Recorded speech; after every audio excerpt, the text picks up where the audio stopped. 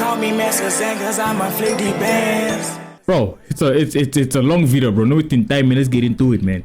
Kota makes his way up to Ozaki's room. No. Alright, yeah. Let's get into. I don't like these coming ups, whatever, man. Let's get into it. Definitely. Context, the episode. Where's the dirty? Okay, here. Imagine you work at a hotel, right? But this hotel isn't just any old Best Western or whatever. It is a giant 100-story hotel filled to the brim with billionaires, celebrities, hitmen, and time travelers. This right here, ladies and gentlemen, is the story of Babel. So we start off by getting a look at this giant tower, right? Like this giant tower that's sitting smack in the middle of Tokyo. This right here is the Tower of Babel. I guess over time, this tower that has prehistoric origins was like renovated and modernized and industrialized into this giant metropolitan skyscraper. My nigga, why is my FPS dropping like a motherfucker, man? It's supposed to be 60. It's dropping to like 30 something. What the hell is going on with this PC, man? Damn. We get a look inside this tower, right? We get a look inside what I assume is like a lobby or some sort of ballroom. And as of right now, there's currently like this big New Year's celebration going on, right? Like this big ass party. All the rich niggas are having a countdown party for the year 2015. It's like this giant, lavish, over the top sort of banquet. We then get a look at our main character, right? Our main character is a dude named Kota. Now, unfortunately, Kota's not in this hotel because he's rich, right? Kota is in this hotel for the exact opposite reason, actually. Kota's in this hotel working as an— Wait, big dog. You already dropped a video about this. I'm literally rewatching it, and for me, since I already know that he dropped the part 1, so should I like skip to where like it ended? Bro, hey man, if you knew, man, the video's on my channel, but I'm here for the part 2. But this looks like he's doing it again. What happened? Hold on, man. Let me check what's going on, man. Pause. My dumbass. This goofball literally explained, bro. Hold on. Yeah, man. I'm here for the part 2. What's the episode 2? I think it's here. Yeah. Okay, man. I'm confused. Like, bro, big dog. Did he like do like a recap or like he made like a longer video? So, I don't know, a longer video for, I don't know, man. It can do, man. For some reason, this woman has a tracking device. Wait. Taxi. And inside this suitcase, crumpled up into a little ball. Yeah, this was the last part. See none other than the woman who had been killed on the elevator. But there's a catch. For some reason, this woman has a tracking device that's been stuffed inside her coat pocket. Yeah, this is the last part here. Shit. Hey man, if you here watching this reaction and this is your first time, you might need to go watch the original one. Wait, that's the episode 2, cause I already reacted to episode 2. Episode 2. I'm on episode 2. Wait, huh? Bad dog. Episode 1. I already reacted to it, which is literally, hold on, let me show you something. Which is literally like this part here. I already dropped a video about it. I'm here for this part, episode 2. So let's get into it, man. Yeah. All right. If you're watching this right now, welcome to episode 2 of the Babel series. Let's go. Thank you for your time so far, and yeah, let's just jump back into the story. So, as of right now, it is currently 9 a.m. on Christmas Day, 2014, meaning that Kota now has a mere 6 days to put a stop to the terrorists that are set to attack this very hotel on New Year's Day. We get a look inside the Babel Hotel once again, and the first person that we get a look at is none other than the femme fatale herself. Goddamn. Naomi. Naomi is currently at the hotel in the swimming pool doing laps or some shit. I guess she's getting in her morning workout routine. I mean, it makes sense that assassins would have to stay fit. Like, you know what I mean? You can't just be an assassin and get run up on. Like, come on, bro. But I'm not gonna lie, I've never seen like a fat assassin. It's always like these skinny or like in shape type assassins. Everyone's over here fawning over Naomi, staring at her while she's doing her laps, low-key being creeps. I'm not gonna lie. I mean, to be fair, she is very pretty, but Still, bro, that shit is creepy as hell. But as Naomi is getting in her workout at the pool, we get a look at the hotel gym, which overlooks the pool. And in this gym, we got Ozaki, big buff ass, doing bench presses, like he's getting in his morning workout as well. Now, if you thought the onlookers were fawning over Naomi, they were. I'm not gonna lie, but the way that these niggas were fawning over Ozaki, it was a different type of thirst, bro. Like, I never seen this level of glaze in my entire life. Look at bro over here. Funnily, Straight, bro, grown ass man. We live in 2024, so like, hey man, there's multiple.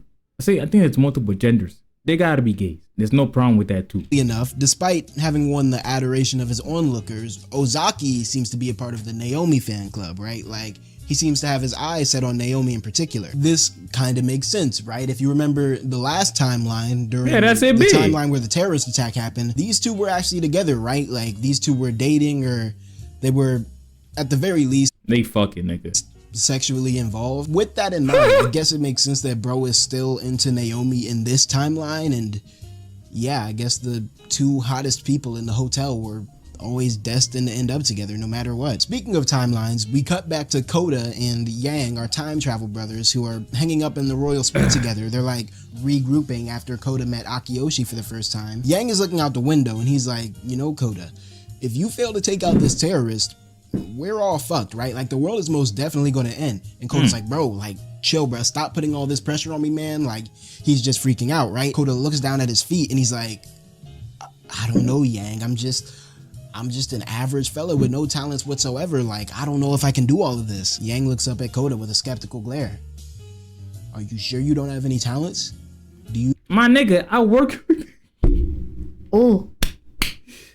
Yo, he lucky as hell he's in the wheelchair, bro. What the fuck in that time out?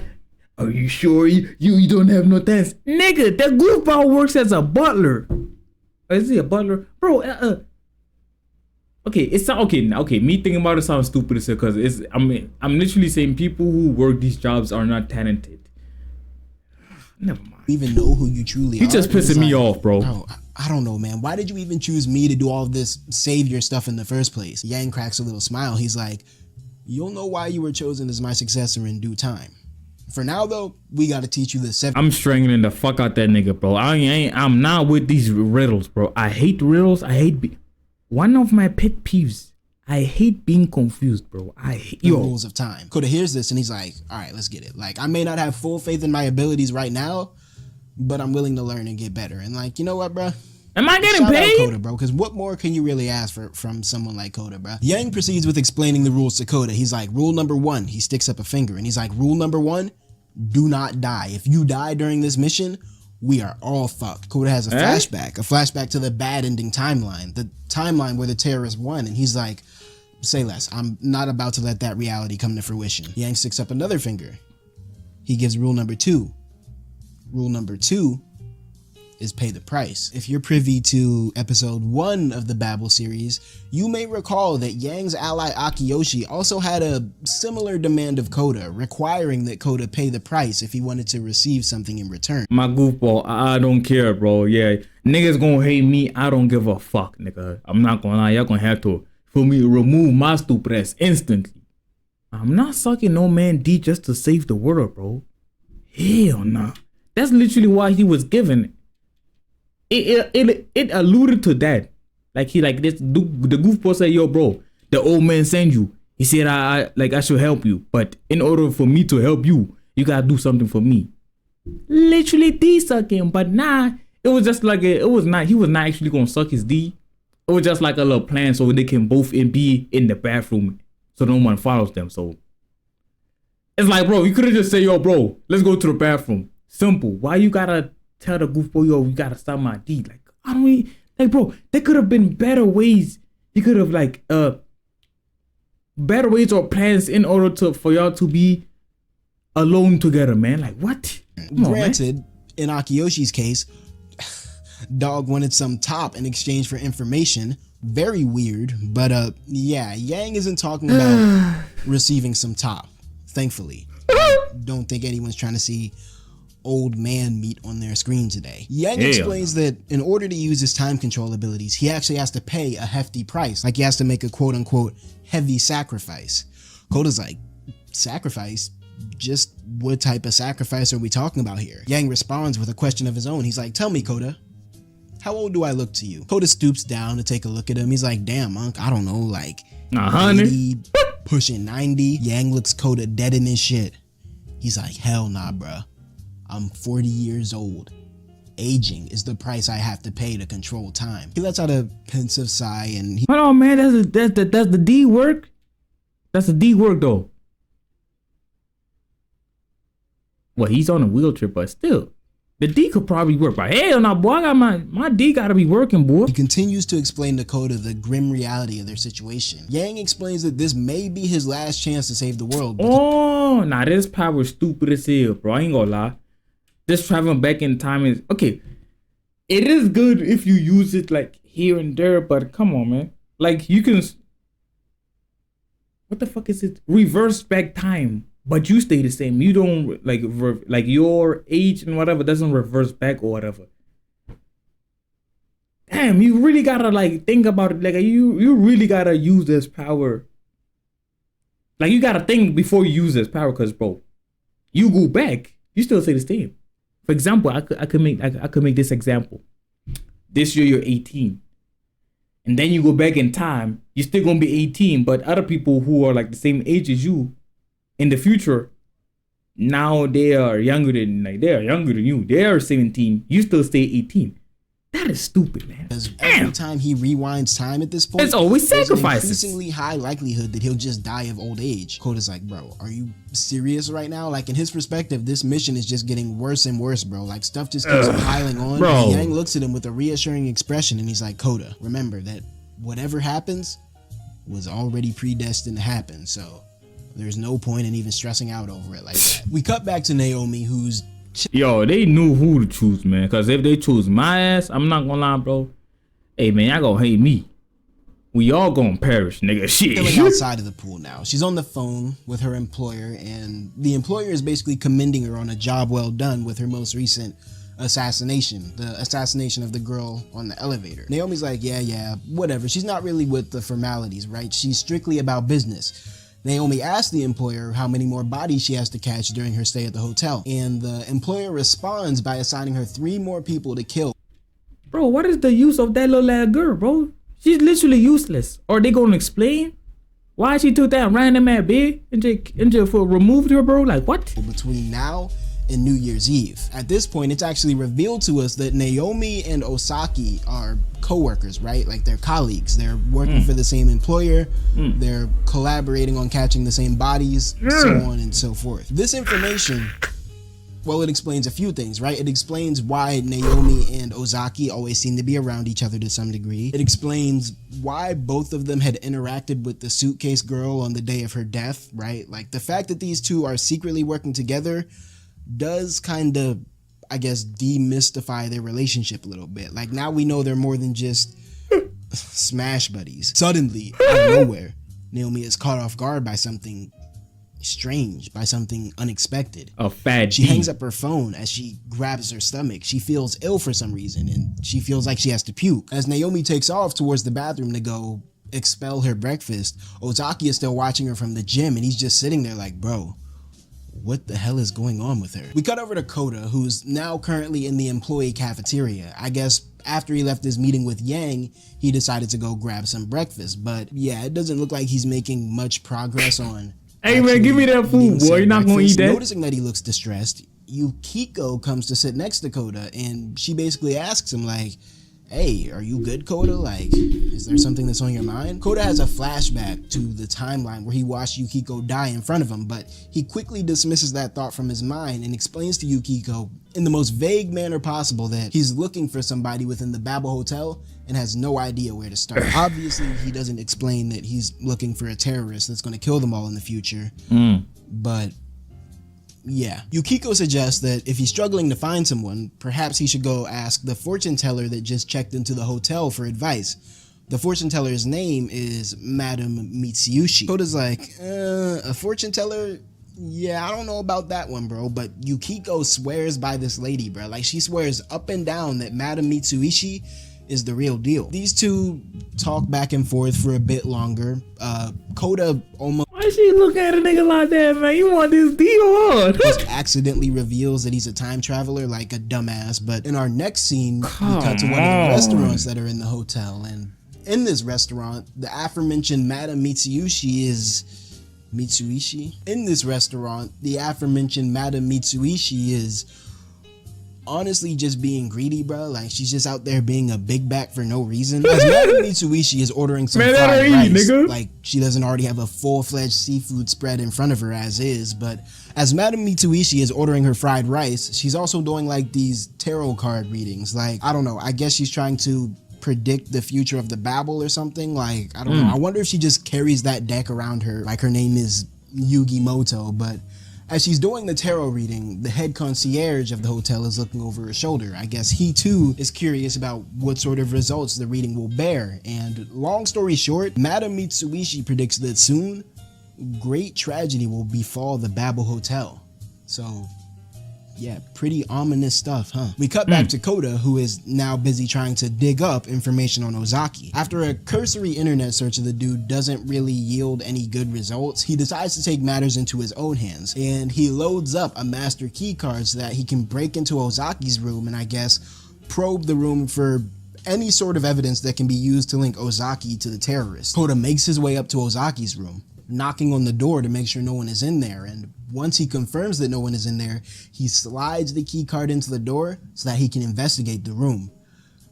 The thing is though, Koda forgot one essential thing. Sure, he might have been diligent about checking the inside of the room, but he was so diligent in doing so that he neglected to do his due diligence in checking the outside of the room. He's right behind me, isn't he?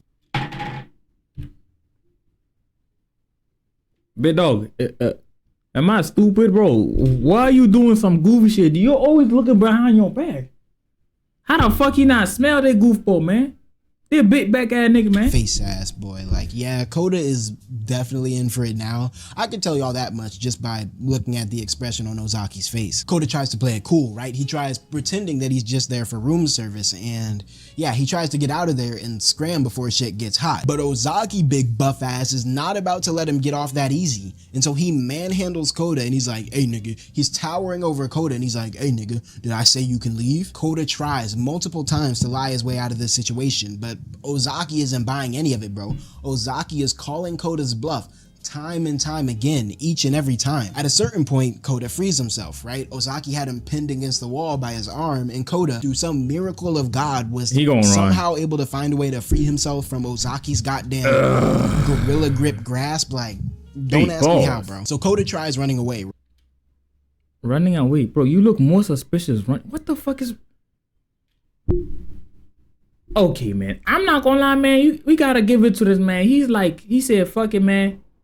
What the hell? Hey, what is you doing? What the hell happened? Gotta be kidding me, man. Koda makes his way up to Ozaki. Bro, you're not gonna start the way I ended? This goofy ass player is weak. On their screens, quote unquote, heavy gang response. Hold on. My bad, man. There's no wide nail. Goofball. Oh, how'd I put this? What the hell was I about to say?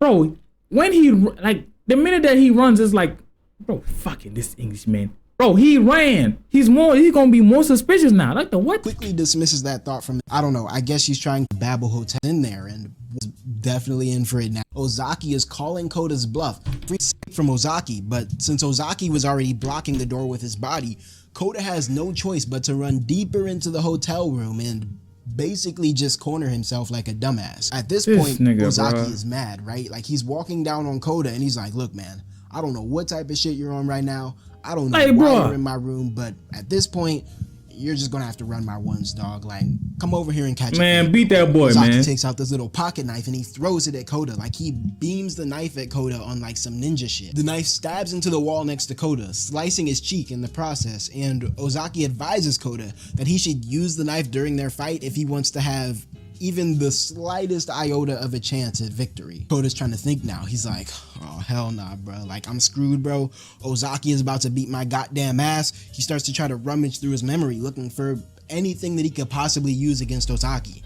Anything that... Bro, how does he, like, what does he got? Bro, this English, bro, it's pissing me off, bro. English and forcing people to talk properly like we some motherfucking niggas in the office, bro. Yo, what the fuck this thing gotta do to like use a time machine, time go back skill? What he could say to get Ozaki to just chill out for a second. Kota thinks back to the previous timeline. He remembers that Ozaki had interacted with a woman named Naomi during the dinner party, and he also remembers that Ozaki had interacted with a woman named Sayuri while he was on the phone during New Year's Day. As Ozaki is charging Kota, getting closer, getting ready to clobber that boy with the meanest right hook of his life, Kota decides to go for broke, bruh, and he suddenly screams out at the top of his lungs, Naomi and Sayuri! I'm not about to scream in y'all ears this time. Normally I really hit the screen, but I'm not gonna do y'all like that this time. But he screams out these names, and Ozaki, he pauses. His fist is literally grazing the tip of Kota's nose. Kota looks back at Ozaki, picking his next words carefully. They're both important people to you, aren't they? Ozaki looks back at Kota suspiciously. How do you know their names? Kota's like, look, bro, I can't tell you right now, but if you don't listen to me, they will both die on New Year's Day. Ozaki doesn't believe Kota at first, but after Kota gives Ozaki a look of genuine and honest concern, Ozaki turns around, seemingly about to walk away from Kota, and then boom, Ozaki suddenly karate kicks through the hotel TV, completely unprovoked, like genuinely for no reason, if we're being honest. I hope. Bro, you could have like, they could have gave me that TV. Like, what's the point of taking that fucking TV, man? He knows that shit is finna come out of his incidentals. After kicking through the TV, Ozaki goes and sits on the sofa. He's now looking at Kota with intrigue, and after hearing Kota name drop two people that he knows, he's finally willing to hear Kota out. At least for a bit. Ozaki starts questioning him. He first asks Kota if he's a friend of Naomi, and Kota's just like, nah man, I only know her from this hotel. Ozaki then takes out his phone, his goddamn iPhone 5, and he FaceTimes Sayuri. When Sayuri picks up, Ozaki's whole expression changes, like his whole face just softens. He turns the phone to Kota and he's like, hey, do you know this guy?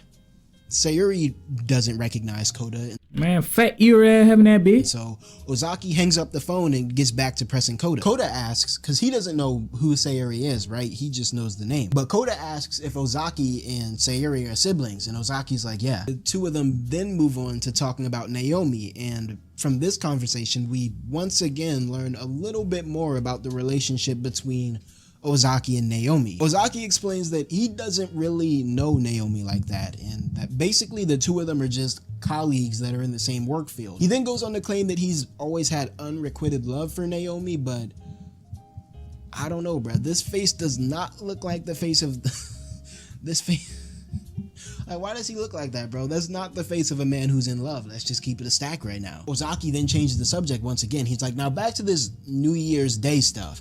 How do you know that Sayuri and Naomi are gonna die on New Year's Day? Kota responds, he's like, it's not just them. You're gonna die, I'm gonna die, shit, all of us in this bitch are gonna die, bro. In fact, everyone in all of Tokyo is gonna die. Ozaki narrows his eyes at Kota. He's like, you know, you're talking a lot like somebody who's already seen this shit happen. Like, what's really going on with you right now, bruh? Kota hesitates. He can't just tell Ozaki about the time travel shit, right? Like, at this point, for all he knows, Ozaki himself might be the Tokyo terrorist. Ozaki notices his hesitation from Kota, and he proceeds to press up on him. He's like, listen, man, if you don't want to tell me, that's cool.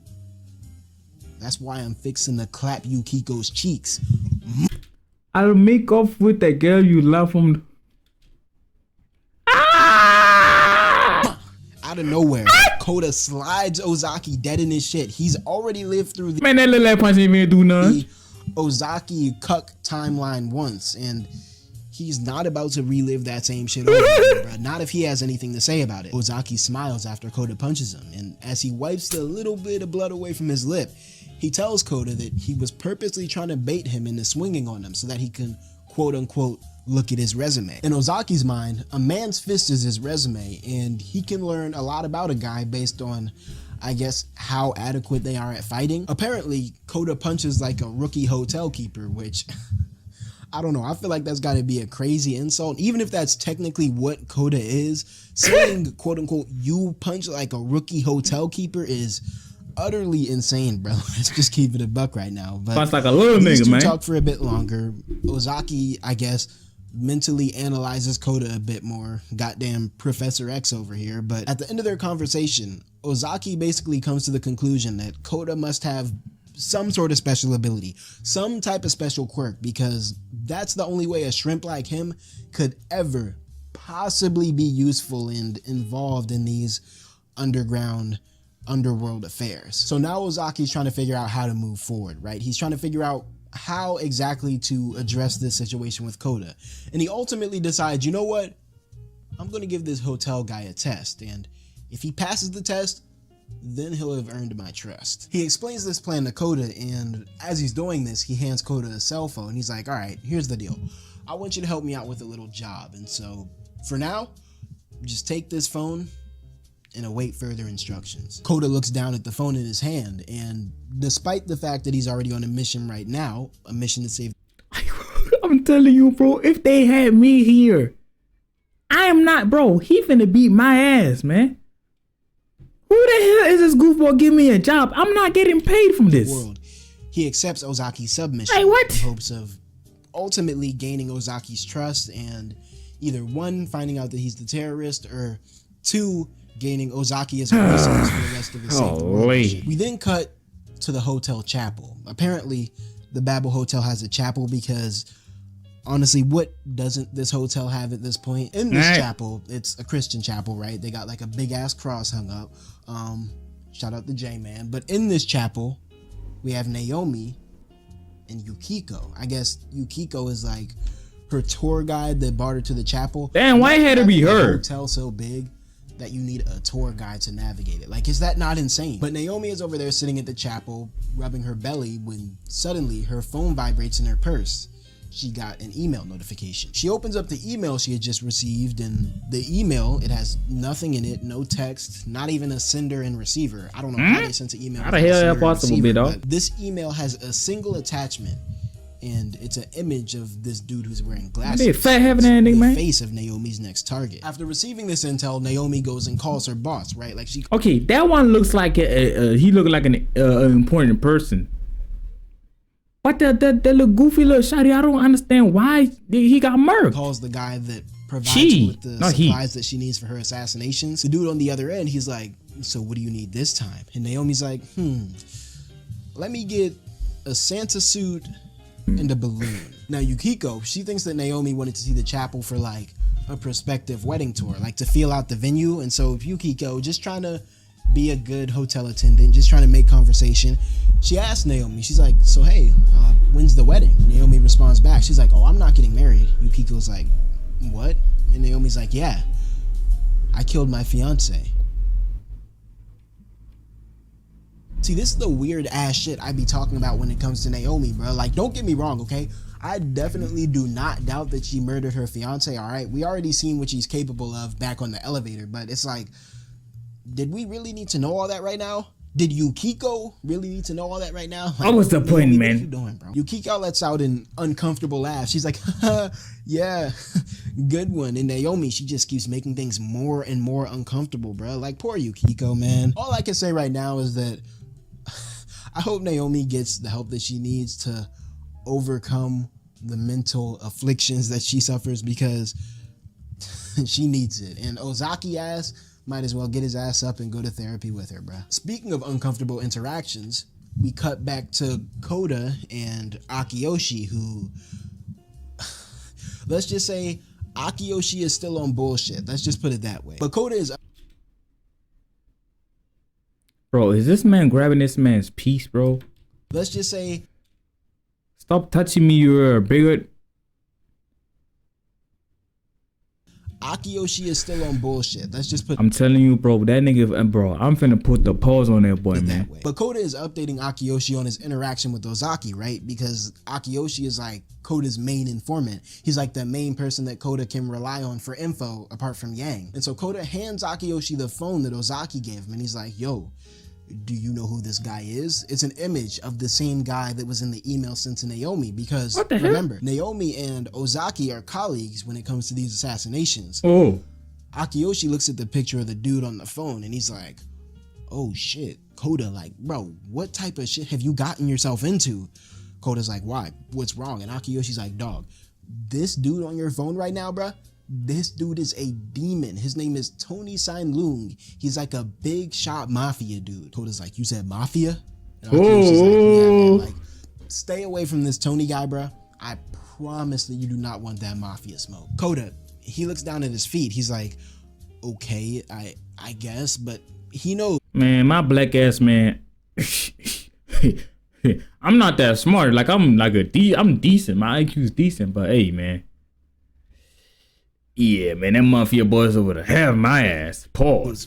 Deep inside, he knows that for the sake of this mission, he's probably gonna have to interact with Mafia Tony at some point over the next few days. 7 p.m. rolls along. This big ass limo pulls up at the Babel, parking itself right at the front of the hotel. From out the passenger side of the limo emerges this big, gruff ass bodyguard dude. And this bodyguard dude makes his way to the back seat of the limo, where he opens the door for Tony and these 2 girls that he's got. He's got like one on each arm. One of the girls starts kissing up on Tony, right? Like the girl starts trying to flirt with him. She's like, oh yeah, I'm gonna show you such a good time tonight. Boom!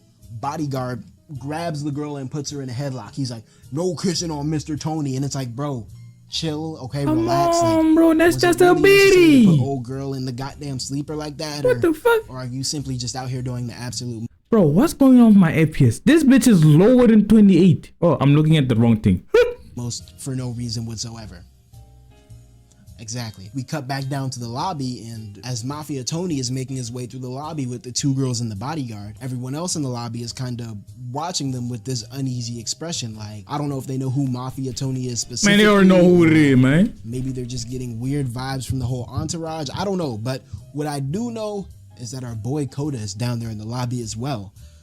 And when he sees Tony, he hits up Ozaki on the phone that he gave him. He's here.